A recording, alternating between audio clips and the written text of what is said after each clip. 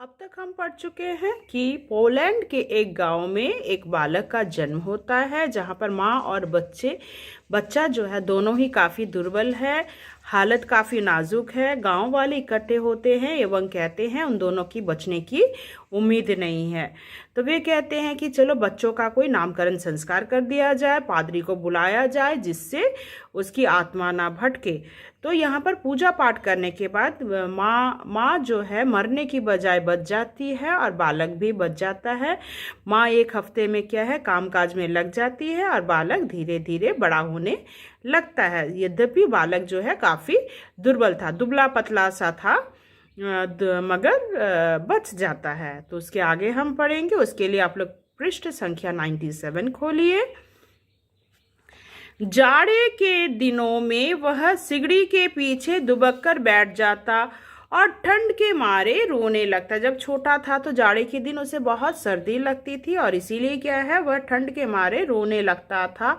अक्सर वह भूख से भी बिलखता, क्योंकि माँ कई बार अलमारी या डिब्बे में खाने के लिए कुछ भी नहीं रख पाती थी। माँ काम में निकल जाती थी तो बालक जो है उसे कुछ खाने के लिए नहीं मिलता था। वह भूख के कारण बिलखता रहता था, रोता रहता था।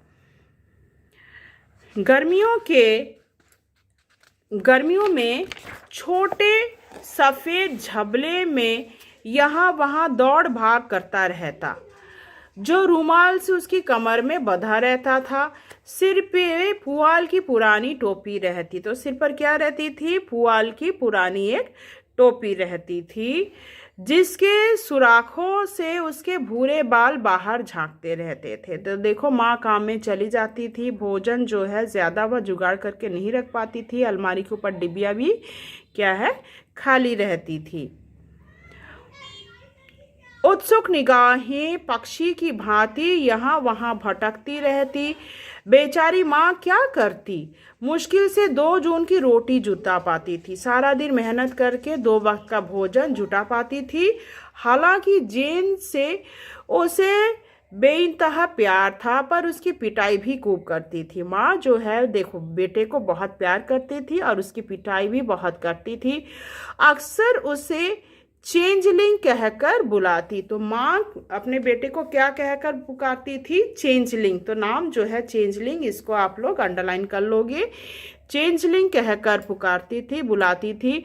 जब वह महज 8 बरस का था तभी से उसने अपने बूते पर जीना और अपनी देखभाल खुद करना शुरू कर दिया था। 8 साल की उम्र से ही वह क्या है अपना देखभाल खुद करना सीख गया था। कभी भेड़े चराने ले जाता, भेड़ लेकर चराने निकल जाता था, और कभी जब घर पर खाने के लिए कुछ नहीं होता था तो मशरूम खोजने घने जंगल में घुस जाता था। जब घर पर भोजन नहीं रहता था तो वह क्या है जंगलों में भटकता था, और कहीं भी मशरूम मिल जाता था तो उस मशरूम को वह खाता था। खुदा का शुक्र था कि ऐसी दिलेरी के वक्त कभी किसी भेड़िए ने उसे अपना शिकार नहीं बनाया था। देखो, अकेला जंगल में भटकता था, ये भगवान का शुक्र है कि कोई भेड़िया जो है, जंगल में भेड़िया रहते हैं, कि उसने उसका शिकार नहीं किया था। अकेला अकेला घूमता था। भेड़िया काफ़ी खतरनाक होते हैं। वह एहतियात बरतने वाले बच्चे में से नहीं था। वह सावधान भी नहीं रहता था, उसे किसी चीज़ की फिक्र नहीं थी, घबराता नहीं था। देहाती बच्चों की तरह बातचीत के वक्त मुंह में उंगली रख लेता था। उसे देख पड़ोसी भविष्यवाणी करने में बाज नहीं आते कि यह बच्चा ज़्यादा दिन जी नहीं पाएगा। पड़ोसी लोग क्या कहते थे कि यह बालक जो है वह ज़्यादा दिन नहीं जिएगा, अगर जीवित भी रहा तो माँ को कभी सुख नहीं दे पाएगा। तो पड़ोसी क्या कहते थे कि ये बालक जो है वह ज़्यादा दिन जी नहीं पाएगा, अगर जिया भी तो वह अपने माँ को ज़्यादा दिन सुख नहीं दे पाएगा, क्योंकि वह बहुत ही बीमार ही रहेगा। बीमारी के कारण क्या है वह अपने माँ को सुख नहीं दे पाएगा, हमेशा लेटा रहेगा, नहीं तो माँ को ही उसके पीछे हमेशा लगातार भुगतना पड़ेगा, क्योंकि उसका शरीर इस लायक नहीं बन पाएगा कि वह कड़ी मेहनत कर सके। बच्चा जो है काफ़ी दुर्बल था, तो वह कड़ी मेहनत नहीं कर पाएगा, ऐसा ही गांव वालों का विचार था। नेक्स्ट पैराग्राफ देखो, पेज नंबर 98। उसमें एक अनोखी खूबी थी। तो उसमें देखो हर बच्चों में कुछ ना कुछ, हर इंसान में कुछ ना कुछ एक जो है अनोखी खूबी होती है। तो जेन में भी एक अनोखी खूबी थी। वह खूबी क्या थी? खूबी क्या थी वही सुनो। कुदरत की जाने यह कैसी लीला थी कि उसे एक नियामत बख्शी थी। संगीत से उसे बेहतर मोहब्बत थी। तो क्या है, उस बालक को संगीत के से काफ़ी मोहब्बत थी और यह मोहब्बत ही उसका जुनून थी। हर किस्म की आवाज़ में उसे संगीत सुनाई देता। तो उससे क्या है, हर संगीत में, हर चीज़ में उसे संगीत सुनाई देता था। जो भी सुनता था, मतलब पेड़ के पास खड़े रहे तो पेड़ के पत्तों की जो सरसराहट है उसमें उसे संगीत सुनाई देता था। चिड़िया जब चहकती थी तो उसमें भी उसे संगीत सुनाई देता था। तो यह क्या है, उसकी संगीत के प्रति जो प्रिय लगाव है उसके बारे में हमें पता चलता है। हर आवाज़ वह डूबकर सुनता। जैसे जैसे वह बड़ा होता गया, धीरे धीरे बड़ा होता गया, लय और सुर में उसकी दिलचस्पी बढ़ती गई। वह भेड़ बकरियां चराने जाता या साथियों के साथ जंगल में बेर चुनने खाली हाथ ही घर लौटता। तो वो जब भी जंगल जाता था तो वो क्या है, खाली हाथ ही घर लौटता था। वो संगीत में क्या है, डूब जाता था और जब भी घर लौटता था तो वह क्या है, खाली हाथ लौटता था। और बाकी जो उसके दोस्त थे वे लोग जंगल से बेर लेकर आते थे या लकड़ियाँ चुनकर लाते थे। खाली हाथ ही घर लौटता और माँ से तुतलाकर बोलता, माँ से क्या बोलता था, ओहो माँ, कैसे खूबसूरत संगीत था, कैसी मधुर तान थी। और मतलब क्या है, जंगल में वह बोलता है कि कितनी सुंदर संगीत की आवाज़ सुनाई दे रही थी। तो माँ ये सुनकर बहुत गुस्सा हो जाती थी कि बस तू क्या संगीत सुनने के लिए गया था, काम काज का तो तूने कुछ किया ही नहीं। चल हट बंदर कहीं का। माँ गुस्सा हो जाती थी, कहती थी बंदर कहीं का, कुछ काम का नहीं है, अब मैं तेरा बाजा बजाऊंगी, ना काम का ना काज का, कुछ काम काज तो करता है नहीं।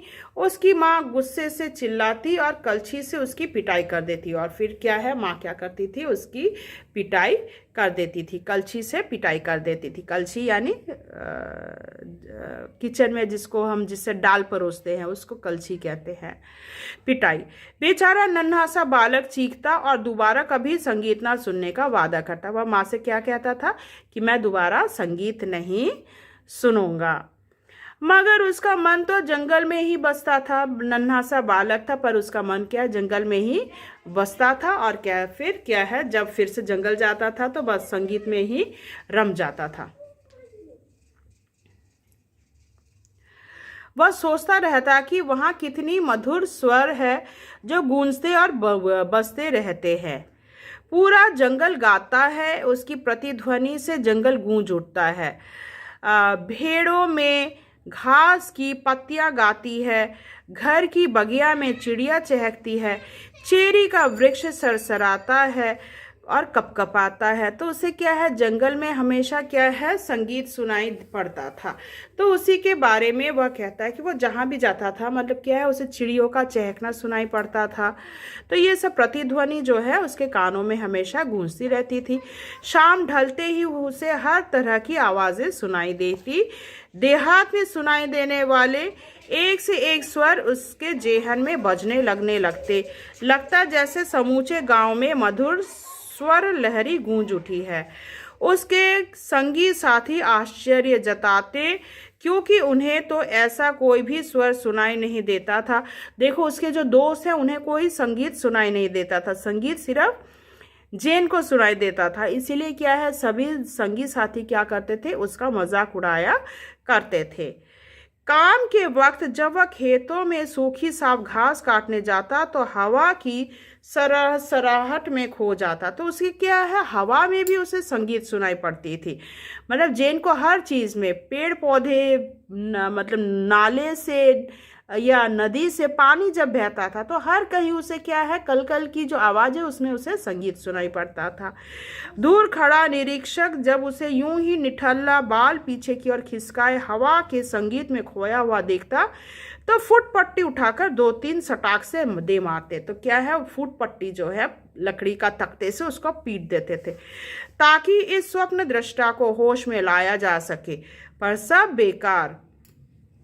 आखिरकार पड़ोसियों ने उसका नाम ही रख दिया संगीतकार जेन को। तो संगीतकार जेन को नाम रख दिया किसने? पड़ोसी लोगों ने। क्या नाम रख दिया? संगीतकार जेन को, क्योंकि वह हमेशा क्या है, संगीत में मग्न रहता था। इसी कारण से रात में जब मेंढक टर्राते, यहाँ तक सिर्फ दिन में ही नहीं, रात को भी जब मेंढक जो हैं टर्राते रहते थे, चार गाहों पर कुक्कुट चित्कार करते, दलदल में तिल्लौवे धमाचौकड़ी मचाते और पीछे मुर्गे बांग देते, तो यह बालक सो नहीं पाता था। तब भी क्या है, वह सो नहीं पाता था। उसका दिन में बोलो रात में बोलो हमेशा हर चीज़ में उसे संगीत ही सुनाई पड़ता था। वह चरम आनंद की अनुभूति से भर उठता और इन स्वरों में खो जाता। वह क्या है, इन संगीत में, मतलब कि इनके पुकार में वह खो जाता था, संगीत में खो जाता था। मुर्गों के बांग में भी वह उसे संगीत सुनाई देता था। मेंढक जब टर्राने लगते तो उसमें भी क्या है, उसको संगीत सुनाई पड़ता था। उसे इन तमाम मिले जुले स्वरों में एक अनुभूति सुर संगति सुनाई देता। गनीमत थी कि माँ उसे गिरजाघर नहीं ले जाती। तो माँ क्या है, जब जाती थी तो गिरजाघर में माँ उसको नहीं ले जाती थी, क्योंकि वहाँ जब वाद्य यंत्रों और घंटियों की झंकार गूंजती, मतलब जब बेल बजता था गिरजाघर में, मतलब चर्च में, तो वो वहाँ पर उसमें भी वह खो जाता था। और घंटियों में झंकार गूंजती तो बालक की आंखें धुंधली और नम हो उठती और उनमें एक ऐसी चमक दमकने लगती मानो वे किसी दूसरी ही दुनिया की रोशनी से प्रदीप्त हो उठी हो।